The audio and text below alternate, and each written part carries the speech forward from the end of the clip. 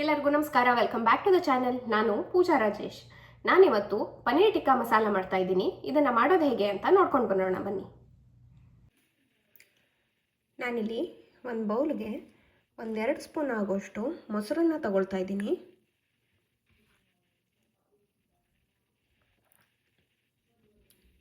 ಇದಕ್ಕೆ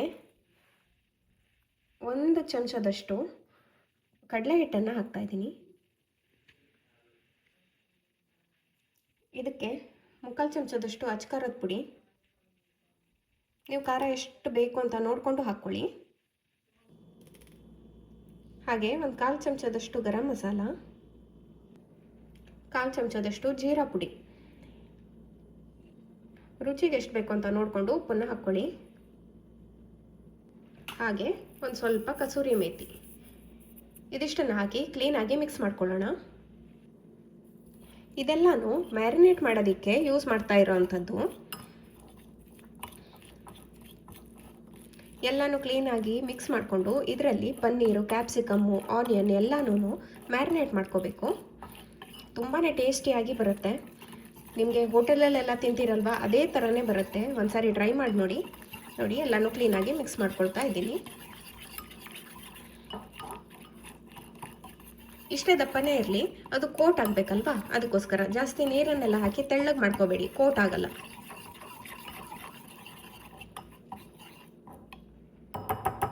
ನೋಡಿ ಎಲ್ಲನೂ ಕ್ಲೀನಾಗಿ ಮಿಕ್ಸ್ ಆಗಿದೆ. ನಾನು ಪ್ರತಿ ವಿಡಿಯೋದಲ್ಲಿ ಹೇಳ್ದಾಗೇ ಪನ್ನೀರನ್ನು ಬಿಸಿ ನೀರಲ್ಲಿ ನೆನೆಸೋದಕ್ಕೆ ಹಾಕಿದ್ದೆ. ಒಂದು 15 ನಿಮಿಷ ಇದನ್ನು ನೆನೆಸ್ಕೋಬೇಕು, ತುಂಬಾ ಸಾಫ್ಟಾಗಿ ಆಗುತ್ತೆ.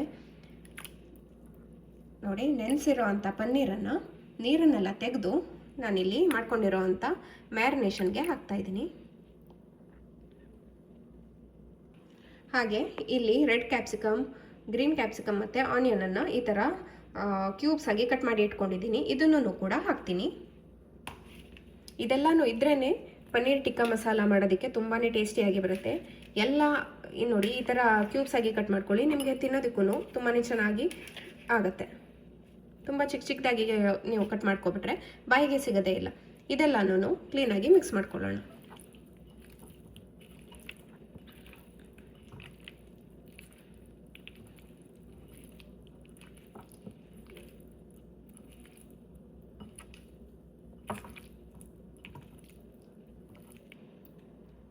ನೋಡಿ ಇಲ್ಲಿ ಮ್ಯಾರಿನೇಷನ್ ಮಾಡೋದಕ್ಕೆ ಇಟ್ಟಿದ್ದೀನಿ. ಇದು ಒಂದು 15-20 ನಿಮಿಷ ಹಾಗೇ ಇರಲಿ. ನಾನಿಲ್ಲಿ 1.5 ಟೊಮ್ಯಾಟೋನ ಈ ಥರ ಕಟ್ ಮಾಡಿ ಮಿಕ್ಸಿ ಜಾರ್ಗೆ ಹಾಕ್ಕೊಂಡಿದ್ದೀನಿ. ಹಾಗೆ ಒಂದು ಸ್ವಲ್ಪ ಗೋಡಂಬಿ ತೊಗೊಂಡಿದ್ದೀನಿ, ಇದನ್ನು ಕೂಡ ಹಾಕ್ತಾಯಿದ್ದೀನಿ. ಟೊಮ್ಯಾಟೊ ಏನು ಫ್ರೈ ಮಾಡ್ಕೊಂಡಿರೋದಲ್ಲ, ಹಾಗೆಯೇ ಕಟ್ ಮಾಡಿ ಇದನ್ನು ಮಿಕ್ಸಿ ಜಾರ್ಗೆ ಹಾಕ್ಕೊಂಡಿದ್ದೀನಿ. ಇದನ್ನು ಪ್ಯೂರಿ ಮಾಡ್ಕೊಳ್ಳೋಣ. ಸ್ವಲ್ಪನೇ ನೀರನ್ನು ಹಾಕಿ ಇದನ್ನು ಕ್ಲೀನಾಗಿ ಪ್ಯೂರಿ ಮಾಡ್ಕೊಳ್ಳೋಣ.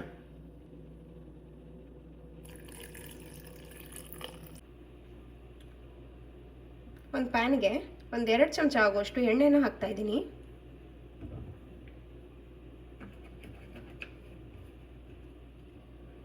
ಎಣ್ಣೆ ಸ್ವಲ್ಪ ಕಾದ ಮೇಲೆ ನಾವು ಮ್ಯಾರಿನೇಷನ್ ಮಾಡಿ ಇಟ್ಕೊಂಡಿದ್ವಲ್ವ, ಇದಿವಾಗ 20 ನಿಮಿಷ ಆಗಿದೆ.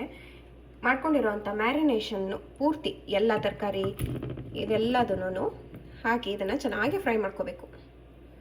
ಹೈ ಫ್ಲೇಮಲ್ಲಿ ಇಟ್ಕೊಂಡು ಮಾಡಬೇಡಿ, ಇದು ಮೀಡಿಯಮ್ ಟು ಲೋ ಫ್ಲೇಮಲ್ಲಿ ಇಟ್ಕೊಂಡು ಮಾಡಬೇಕಾಗತ್ತೆ.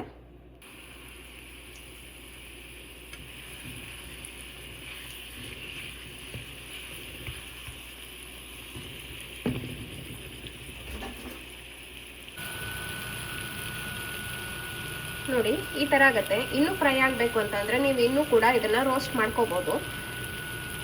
ಇದನ್ನು ಹಸಿ ವಾಸನೆ ಹೋಗೋ ತನಕ ಇದನ್ನು ಫ್ರೈ ಮಾಡ್ಕೊಳ್ಳಿ. ಅಷ್ಟು ಮಾಡ್ಕೊಂಡ್ರೂ ಸಾಕು. ನಾನು ಅದಷ್ಟೇ ಮಾಡ್ಕೊಳ್ತೀನಿ, ಜಾಸ್ತಿ ಫ್ರೈ ಮಾಡೋದಕ್ಕೆ ಹೋಗೋಲ್ಲ. ಇದು ತಣ್ಣಗಾದ್ಮೇಲೆ ಆಮೇಲೆ ಪನ್ನೀರ್ ಸ್ವಲ್ಪ ಗಟ್ಟಿ ಆಗಿಬಿಡತ್ತೆ. ಅದಕ್ಕೋಸ್ಕರ ನಾನು ಹಸಿ ವಾಸನೆ ಹೋಗೋ ತನಕ ಇದನ್ನು ಮೀಡಿಯಮ್ ಟು ಲೋ ಫ್ಲೇಮಲ್ಲಿ ಇಟ್ಕೊಂಡು ಇದನ್ನು ಫ್ರೈ ಮಾಡ್ಕೊಳ್ತೀನಿ.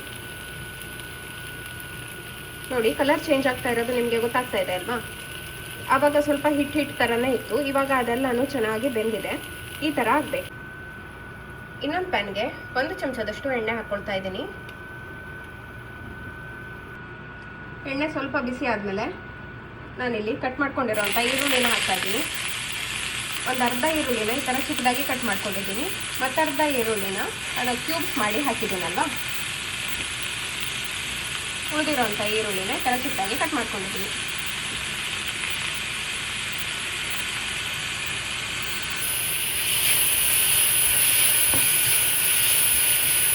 ಈರುಳ್ಳಿ ಸ್ವಲ್ಪ ಫ್ರೈ ಆಗಲಿ.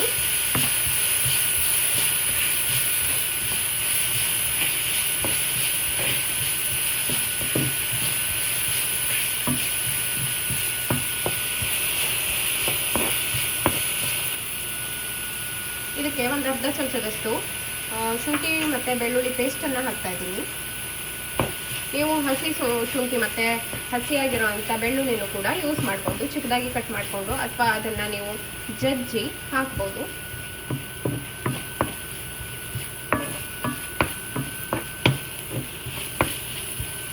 ಇದನ್ನು ಕೂಡ ಹಸಿ ವಾಸನೆ ಎಲ್ಲ ಹೋಗಬೇಕು. ಹಸಿ ವಾಸನೆ ಇದ್ದರೆ ಚೆನ್ನಾಗಾಗಲ್ಲ.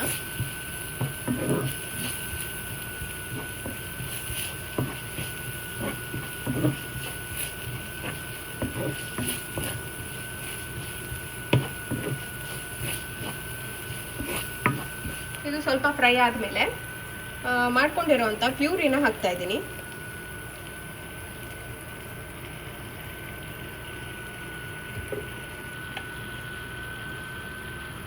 ಇದಕ್ಕೆ ಒಂದು 1/4 ಚಮಚದಷ್ಟು ಉಪ್ಪನ್ನು ಹಾಕಿ ಚೆನ್ನಾಗಿ ಫ್ರೈ ಮಾಡ್ಕೊಳ್ಳೋಣ. ಈ ಪ್ಯೂರಿನೂ ಕೂಡ ಹಸಿ ವಾಸನೆ ಹೋಗಬೇಕು, ಇಲ್ಲಾಂದರೆ ಟೊಮೆಟೊ ಸ್ಮೆಲ್ ಬಂದ್ಬಿಡತ್ತೆ.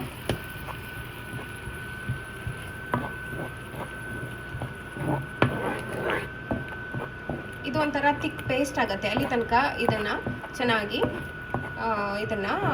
ಕುಕ್ ಮಾಡ್ಕೊಳ್ಳಿ.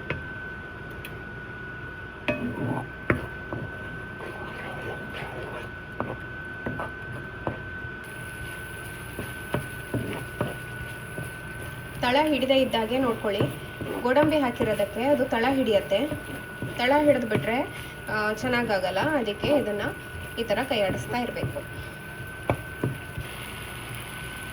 ನಾನಿಲ್ಲಿ ಒಂದು 1/4 ಚಮಚದಷ್ಟು ಅಚ್ಚ ಖಾರದ ಪುಡಿ ಹಾಕ್ತಾ ಇದ್ದೀನಿ. ಮ್ಯಾರಿನೇಷನ್ ಮಾಡಬೇಕಿದ್ರೆ ಅರ್ಧ ಚಮಚದಷ್ಟು ಖಾರದ ಪುಡಿನ ಹಾಕಾಗಿತ್ತಲ್ವ. ನೀವು ಖಾರ ನೋಡಿಕೊಂಡು ಹಾಕ್ಕೊಳ್ಳಿ. ಹಸಿಮೆಣಸಿನ್ಕಾಯಿ ನಾನೇನು ಯೂಸ್ ಮಾಡ್ತಾ ಇಲ್ಲ.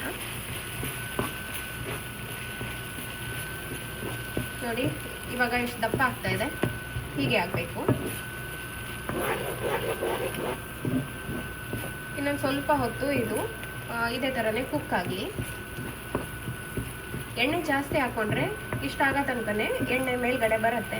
ನಾನು ಎಣ್ಣೆನ ಜಾಸ್ತಿ ಯೂಸ್ ಮಾಡಿಲ್ಲ.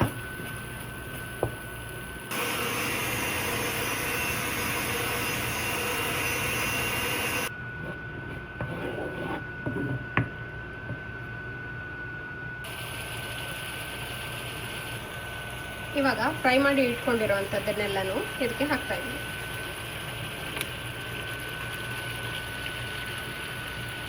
ನಿಧಾನವಾಗಿ ಎಲ್ಲಾನು ಮಿಕ್ಸ್ ಮಾಡೋಣ.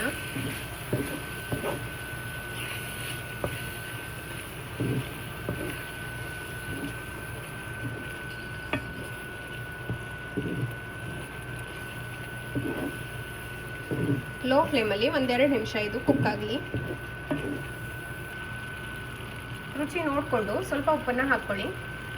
ಇದು ಸ್ವಲ್ಪ ಉಪ್ಪು ಕಡಿಮೆ ಇದೆ ಅಂತ ಅನ್ನಿಸ್ತು, ಅದಕ್ಕೆ ಒಂದು 1/4 ಚಮಚದಷ್ಟು ಮತ್ತೆ ಉಪ್ಪನ್ನು ಹಾಕಿದ್ದೀನಿ.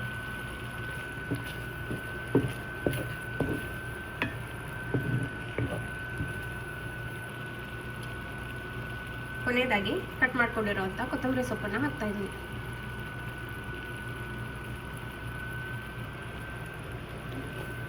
ತುಂಬಾ ಟೇಸ್ಟಿಯಾಗಿರುತ್ತೆ. ರೊಟ್ಟಿ ಜೊತೆ ಅಥವಾ ಪ್ಲೇನ್ ಪರಾಟ ಬರುತ್ತೆ ನೋಡಿ, ಲೇಯರ್ ಇರುತ್ತಲ್ವ, ಅದ್ರ ಜೊತೆ ತುಂಬಾ ಚೆನ್ನಾಗಾಗುತ್ತೆ. ಒಂದ್ಸರಿ ಟ್ರೈ ಮಾಡಿ ನೋಡಿ. ಇದಿವಾಗ ಆಗಿದೆ.